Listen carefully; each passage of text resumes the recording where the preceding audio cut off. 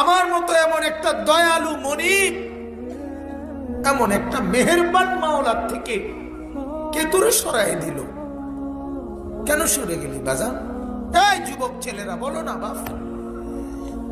আজকে যারা তোমাদের চেহারা দেখলে অনেকেরই তো বোঝা যাচ্ছে একটা সেজদা কপালে জোটে নাই।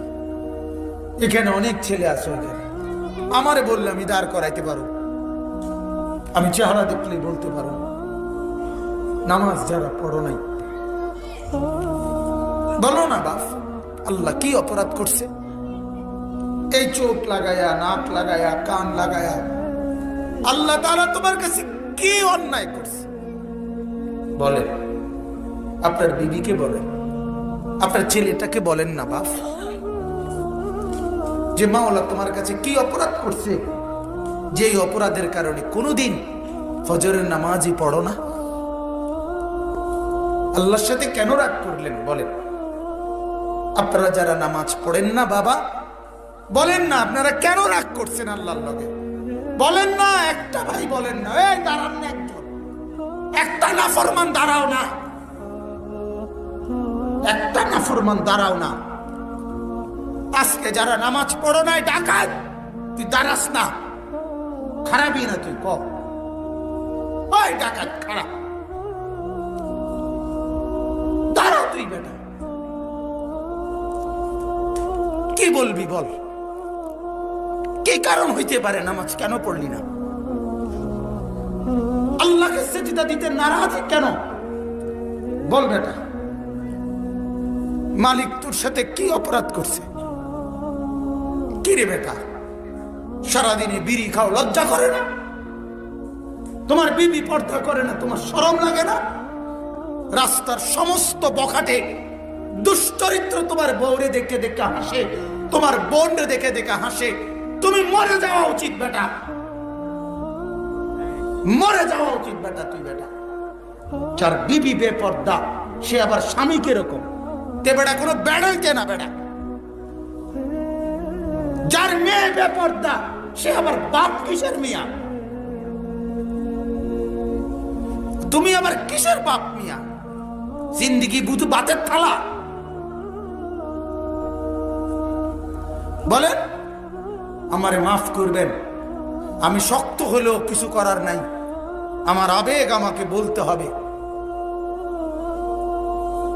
আমি আরেকবার আসবো না না আসবো সে কথা ভাবিও নাই। আমি নতুন আসছি না পুরাতন আসছি এটা দেখারও দরকার নাই। আপনারা আমারে চেনেন না না চেনেন এত কিছু আমার ভাবার দরকার নাই। গায়ে লাগে না ফিডে লাগে এত তান চিন্তা করার দরকার নেই। আপনি বিবেককে বলেন, আপনি আপনার বিবেককে প্রশ্ন নাহলে জবাব দেন। দাঁড়া, আপনি বড়ার মতো কথা কন, আমরা শুনবো কি কারণ থাকতে পারে। আপনার বিবি কেন নামাজ পড়ে না? তার জন্য কেন খরচ করছেন? যে ছেলেটা নামাজ পড়ে না তার বিদেশের টাকা কেন জোগাড় করছেন মিয়া? মুসলমান লজ্জা লাগে না? ওই ডাকাইতের হাতে ছেড়ে দেন। তুই তোর কামাই তুই কর বেটা, লাগতো না তোর ভাত আমার বেটা, আল্লাহ তোমারে খাওয়াবে। আমি বললাম তোমার ফুতের বিদেশের টিয়া দিয়ে চলছে, আর দুনিয়ার মানুষে ভাত খায় না? হ্যাঁ, কয়জনের ফুত বিদেশ থেকে খাবাইয়া একটা আলগি দিয়ে লাইছে আমরা জানি না? হ্যাঁ, আল্লাহ তাআলা যার ফুত বিদেশ নাই তার ভাত নাই। কথা বলেন না কেন? হ্যাঁ, যার ফুত একজনও নাই তার জন্য ভাত নাই। যার সন্তান মরে গেছে ওই বাবা মরে গেছে, আল্লাহ চালায় না তো তাইলে? এজন্য আমি বলছি আপনারা আমরা মূলত জিন্দেগি চিনি নাই, আমার জিম্মাদারিটাই বুঝি না, আমার দায়িত্বটাই বুঝি না।